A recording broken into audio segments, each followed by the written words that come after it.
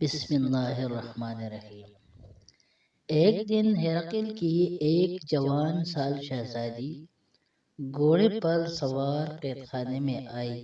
قید خانے کے حاکم کو پتہ چلا تو وہ دوڑتا ہوا باہر نکلا اور شہزادی کے آگے جھک گیا۔ وہاں تو سارے خاندان کے ہر فرد کا حکم چلتا تھا۔ یہ تو شہزادی تھی، شہزادیوں کا تو اور ہی زیادہ احترام کیا جاتا تھا۔ وہاں ایک نہیں کئی شہزادیاں تھیں۔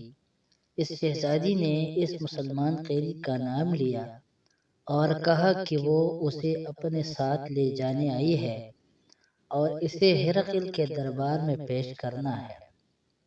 اگر کوئی اور قیدی ہوتا تو حاکم یہ ضرور پوچھتا کہ ایک قیدی کو ہرقل کے دربار میں پیش کرنے کے لیے ایک شہزادی کیوں آئی ہے، لیکن اس حاکم کو معلوم تھا کہ اس مسلمان قیدی کے ساتھ امتیازی سلوک ہو رہا ہے اور یہ برائے نام قیدی ہے۔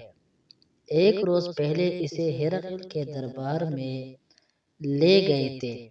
حاکم نے کچھ پوچھنے کی ضرورت نہ سمجھی کہ شہزادی اس قیدی کو ساتھ لے جانے کیوں آئی ہے۔ حاکم اس شہزادی کے ساتھ ہو لیا اور چابیاں لے کر مسلمان قیدی کی کوٹری تک پہنچا۔ کوٹری کھول کر قیدی کو باہر نکالا اور شہزادی کے حوالے کر دیا۔ یہ آج شہنشاہ ہرقل کا مہمان ہوگا۔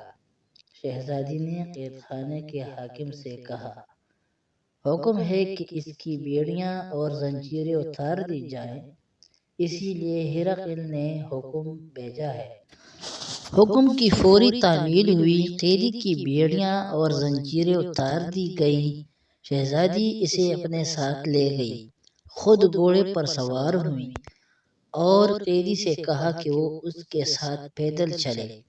وہ کچھ دور تک اسی طرح چلتے گئے کہ شہزادی گھوڑے پر تھی اور قیدی اس کے ساتھ پیدل جا رہا تھا۔ کچھ اور آگے گئے تو شہزادی نے گھوڑا روک لیا۔ میرے پیچھے گھوڑے پر سوار ہو جاؤ، شہزادی نے قیدی سے کہا۔ ایڑ لگاؤ اور گھوڑے کو کھلا چھوڑ دو، آگے تمہیں الگ گھوڑا مل جائے گا۔ مجھ سے یہ نہ پوچھنا کہ میں تمہیں کہاں لے جا رہی ہوں۔ قیدی بلا چون چرا شہزادی کے پیچھے گھوڑے پر چڑھ بیٹھا اور ایڑ لگا دی۔ اس سے آگے گھنا جنگل اور پہاڑی علاقہ تھا۔ وہ شہر سے دور نکل گئے تو قیدی نے شہزادی سے پوچھا، کہاں جانے کا ارادہ ہے؟ تم میرے ساتھ نہیں جا رہے؟ میں تمہارے ساتھ جا رہی ہوں، شہزادی نے کہا۔ مجھے اپنی فوج میں لے چلو، میں واپس آنے کے لیے نہیں جا رہی، اسی لیے تمہیں قید خانے سے نکلوا لائے ہوں۔ قیدی نے لگام کو ہلکا سا جھٹکا دیا، گھوڑا چھل پڑا۔ قیدی کو اندازہ نہیں تھا کہ اس کا لشکر کہاں ہوگا، اس لیے پکڑے جانے کا خطرہ بھی سر پر موجود تھا۔ اس نے گھوڑے کی رفتار ذرا تیز کر دی اور یوں دونوں وہاں سے بخیر و عافیت نکل گئے۔ پیارے ساتھیو، اللہ تبارک و تعالی ہمیں صحابہ کرام کی نقش قدم پر چلنے کی توفیق عطا فرمائے، آمین ثم آمین۔